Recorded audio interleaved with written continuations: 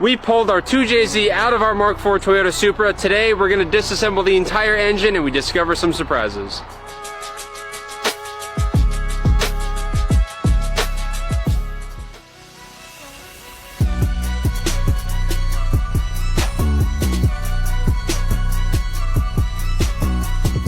What is going on, guys? Welcome back to the Throttle YouTube channel. My name is Quinn and we have a very exciting episode for you. I'm super excited for this because we're going to be starting on another JDM Legend engine build. We have a 2JZGTE from our Mark IV Supra on the stand here, and we're about to start tearing into this thing. We're going to be doing a full engine rebuild on this. So if you guys watched the video where we pulled this engine out, you know this thing was not in really the best shape. The car had zero coolant in it pretty much the entire time since we got it, and when we drained the engine oil, it was nice and milky. Now, I do know that this ran okay. I don't think it has compression issues, but something in the cylinder head gasket, or engine block is not having a good time. So this engine is blown. It does need a lot of work, and I'm very excited to tear into this. So we're going to turn this engine from this into this in today's video, so we can get all of our block and head and all that good stuff out to the machine shop for machine work. So I'm super excited to start tearing into this thing. This is going to be the second in-house engine build we've built here at Throttle. The first one, of course, was the 4G63 in our Eclipse. Now we're going to add a fully built 2J to the list. So I'm going to start with the intake manifold system. I want to get all of this mess. We got fuel line here. We got all of our wiring harness. I want to get all of this stuff off kind of as one. When we did the RB,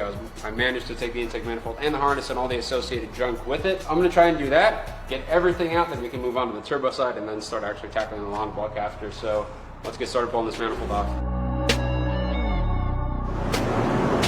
Bolt number one. And it begins, folks. Woo!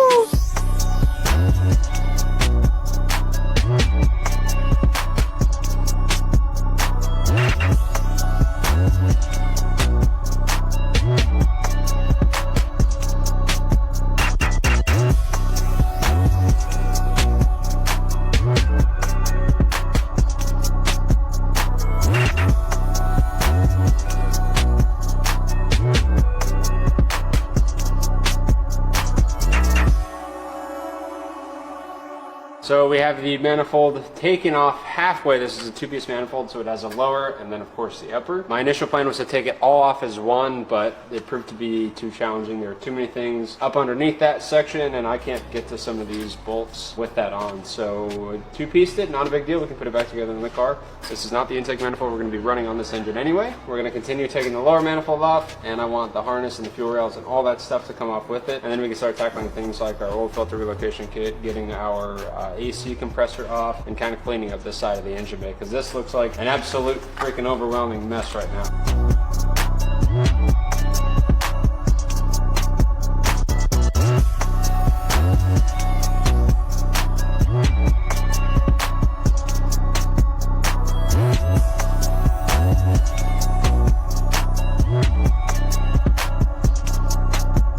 We have our intake manifold off, the wiring harness, all that stuff off. It cleaned up very nicely, very quickly. That thing's an absolute mess over there, but one thing I found was part of our oil filter relocation kit. So this is where the original oil filter is on the JZ, so you reach way up in here, and it's a terrible spot for it.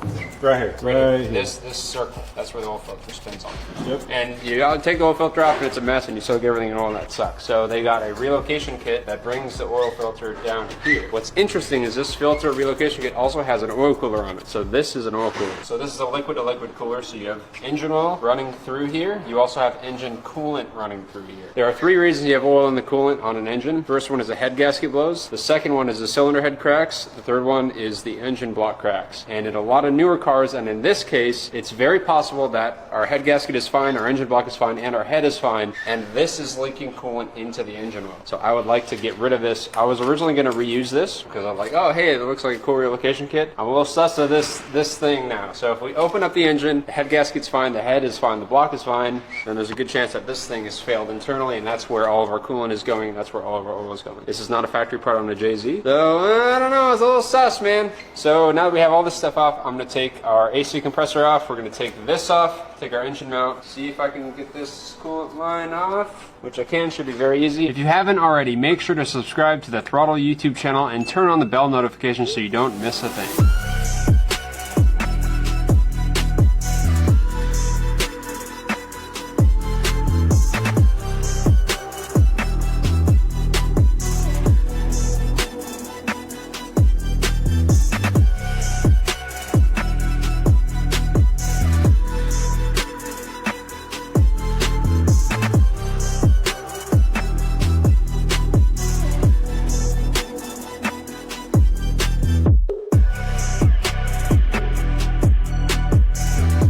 our intake side is done. We got our compressor off, we got our mounts off, our whole manifold harness, all that stuff. So I'm gonna flip the engine over and we're gonna start taking off our turbo, manifold, turbo, vacuum lines, wastegate, all that good stuff. And then the mount arm on that side is gonna come off. I already took the alternator trying to get the wiring harness off. So once it's done with that and all that stuff off, then we can actually start working on the meat of the engine, which is gonna be our long block. And we're gonna start with the valve cover. So let's flip it over, get the turbo off, and then we'll start working on the top end.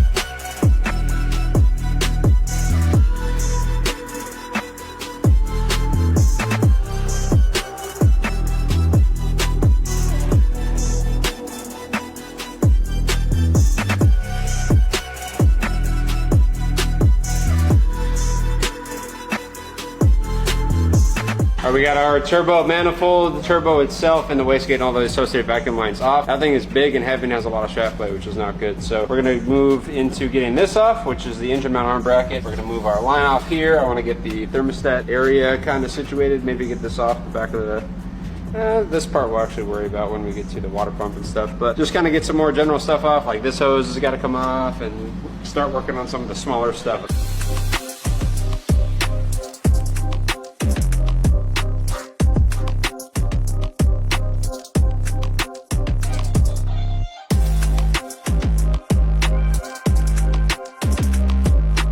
So before we continue on, we're going to drain the engine block of coolant. So that is our coolant block plug right there. So as you guys know, when you take the engine out, coolant goes everywhere. You don't always get all the coolant out. So taking this out, it's going to drain the rest of the coolant that's in the engine block. There might be some still in the cylinder head. We're going to get all that stuff out. So when we take the cylinder head off, the block isn't filled to the brim with coolant.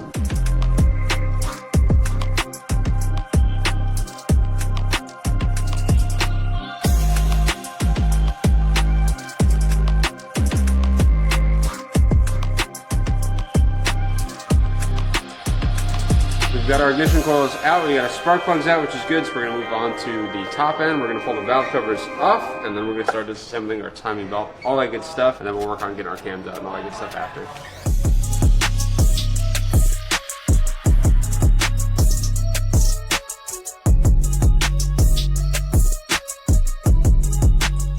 Dude, these are bone dry.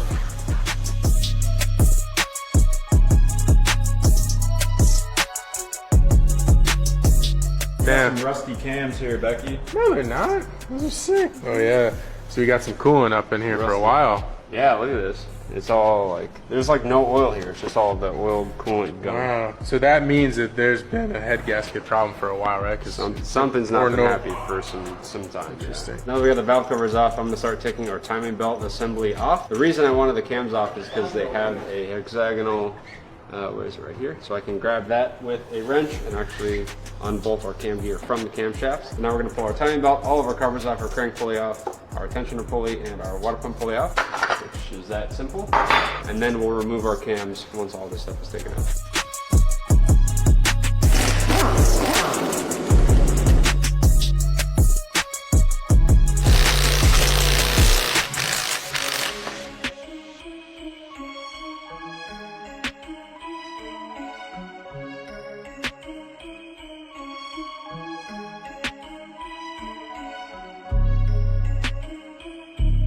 All right, so we got a little trick here. Blast it, yeah.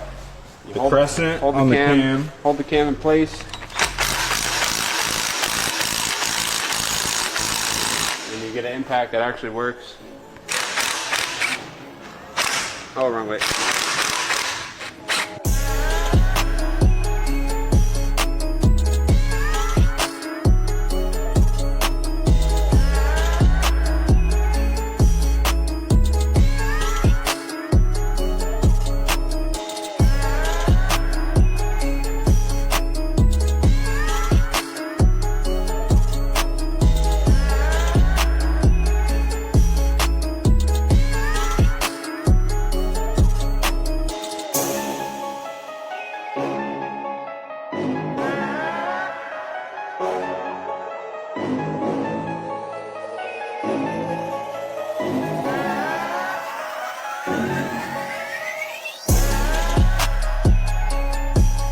We got our camshafts out. We also have our buckets out, and there's a little bit of corrosion on the retainers on the valve springs. Luckily, we're going to be putting a spring kit in this car, so that's not a super big deal. And a little bit of surface press isn't a big deal anyway. It's just not something you want to see inside the engine. So we have pretty much everything off. I'm going to take some minor things off, like this ground strap and then our position sensors, and then we can pull the cylinder head off.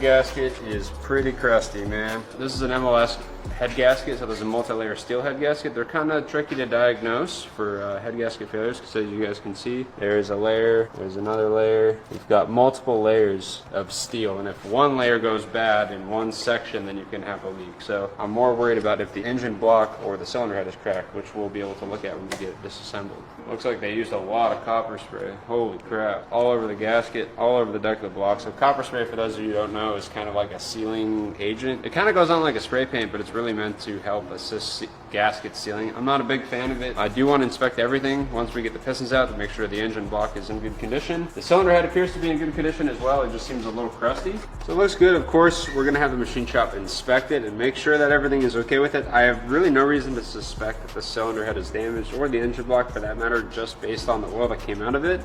However, there is a lot of carbon buildup on the valves and the top of the cylinder heads, and you can see it pretty clearly on each cylinder.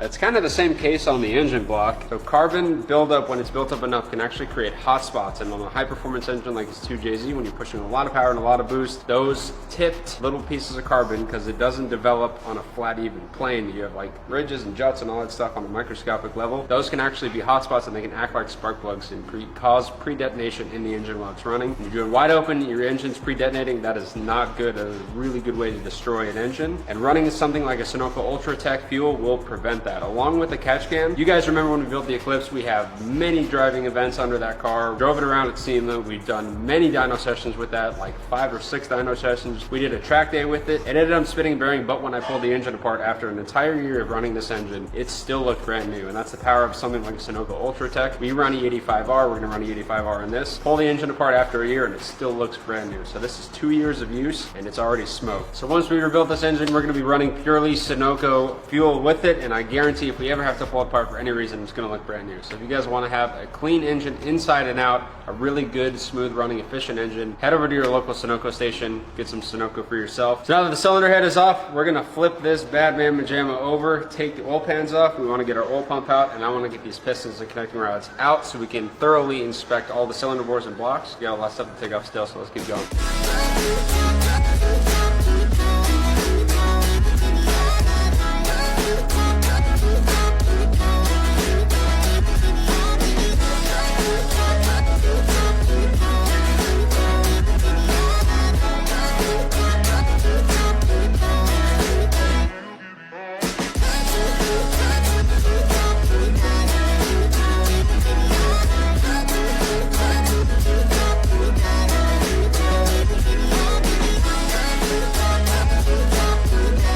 Our 2J torn down to just a bare rotating assembly and almost a bare engine block. So now there's nothing left to do but to pull the piston and connecting rod assemblies out. We're not going to be reusing these piston and rods, but we still need to get them out of the engine block so we can send our block out to get machine work done, and so we can have our crankshaft inspected. So let's get these things out.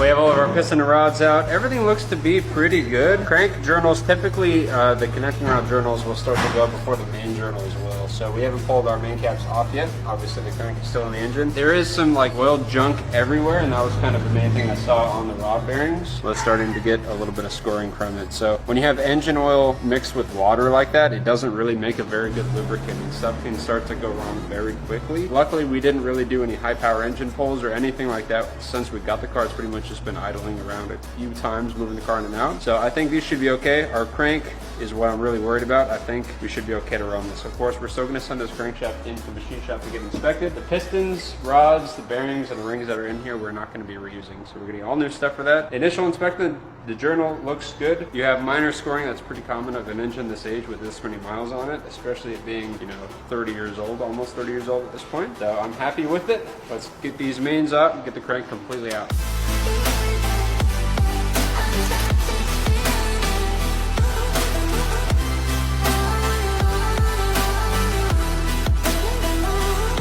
So I just pulled our last main cap off, and this one was kind of the most painful one to get off because it's the thrust bearing. So everything looks good. Kind of the same thing we're seeing with the rod journals, is just kind of some general wear and a lot of milky oil. So this one is different, as you guys can see. So these are the thrust washers, as opposed to the standard don't have that. So what this is this is your thrust. So this controls the end play of the crankshaft. So you think of the crank moving back and forth this way.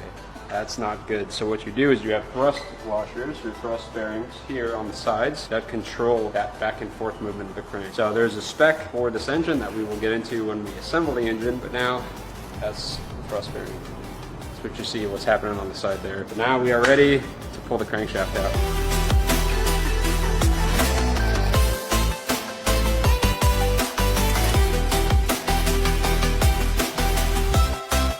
We got our crankshaft out. We have pretty much a bare block for our 2J minus the main bearings. Something you can see very clearly now is actually these oil squirters. So this is one of the main differences between the GTE, which is the Supra engine, which is this 2J, and like a GE, like the IS300 2J. The GE engines do not have oil squirters like this. Only the GTE does, which is a really nice feature of the Supra engine. So what this does is actually injects oil up under the piston into the wrist pin, which is this section, so you guys can see the hole, the receiver holes in the piston. So it shoots oil up into the piston, it gets into the wrist pin, and then actually cools down the piston rings and the skirt and all that stuff, keeping these things nice and cool. So really cool feature.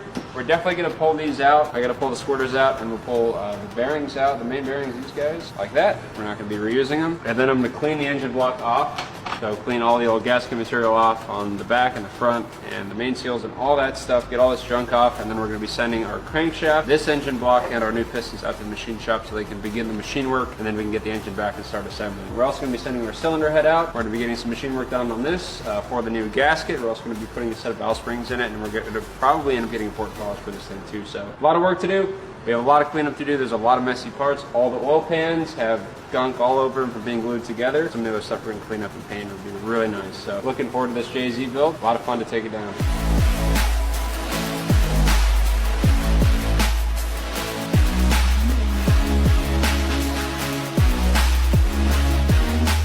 Our 2JZGTE Supra engine is completely torn down. We have a lot of work to do. We got a lot of stuff to get out to the machine shop before it works. We can start putting this thing back together. Huge shout out to Sunoco for sponsoring today's video and this build in general. We're super excited to partner with them for this Supra build. We're going back to SEMA with. It's going to be very exciting. What a legendary engine to build for this car as well. Thank you guys so much for watching. Don't forget to like, comment, subscribe. Let me know down below how you guys think this Supra engine is going to turn out. And stay tuned for the next build in the build series where we actually put this engine back together. We'll see you guys in the next one.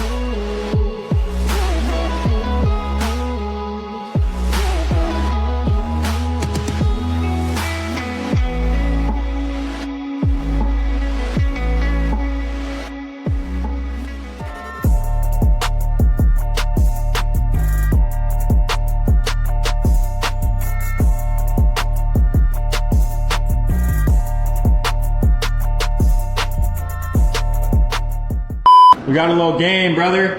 What? Got a little game. A game against the part? Dude, let's go. Guess the part. As many parts as you can name in 10 seconds. Okay. Am I going right or wrong? Yes, no? No, you just... So everything he says right, you count like 1, 2, like in your head. But he has to point at it and say the part. Yeah. It's the point at it. You only have 10 seconds, so you better go as fast as you can. Okay. Alright, you better be prepping in your mind, brother. Alright, the timer will start when you say the first part. Piston, camshaft, valve, gasket.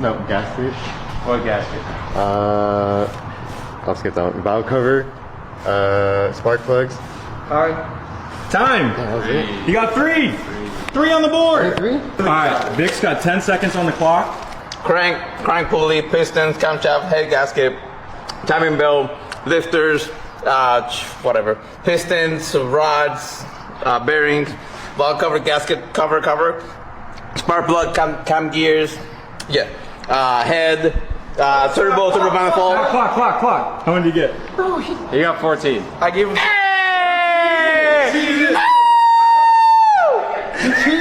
16 seconds. That ain't my fault. So 16. I'll give you 16. I'll give you that one. 16, but you got 16 seconds on the clock? yeah, I think you got gotta take away 6. 6. I gotta take away 6. So 10. All right. What kind of math is that? He said Eight. pistons twice. He did say pistons. I didn't count that. Then he said rods, and I counted that. We can go into the video and we can count. Oh yeah, editor will take care of it. It's 8. You got So 8. we don't know how much you got, Ricky. You got 8. Go ahead, mate. Waiting on you. All right. Pistons, cams, head gasket, spark plugs, valve covers, camshaft gears, turbo, exhaust manifold. What do you Look get? at that. 8. You got 8. Look. 8. That's pretty good timing. That's pretty good timing. Okay. 10.1. So he did .01, which means you gotta take one out. All right, cool. Oil pan, turbo, exhaust manifold, cams, pistons, engine block, valve covers. Beep, beep. Timing belt? No. Serpentine belt? I don't know. Head gasket. You're done. You got 9. You got 9. You got 9? Shot! Okay, ready? Yep. Valve cover. Pistons, camshaft, valve covers. No, I already said that. Oil pan, Coifax, engine harness, turbo. That was your arm. That was your arm. You got 7. That was good. 7. And the winner is... Oh, probably no. Ricky got it. I didn't even go. Ricky! I took it so far. That's not fair. He got 16 seconds, so we don't know. How many did you get?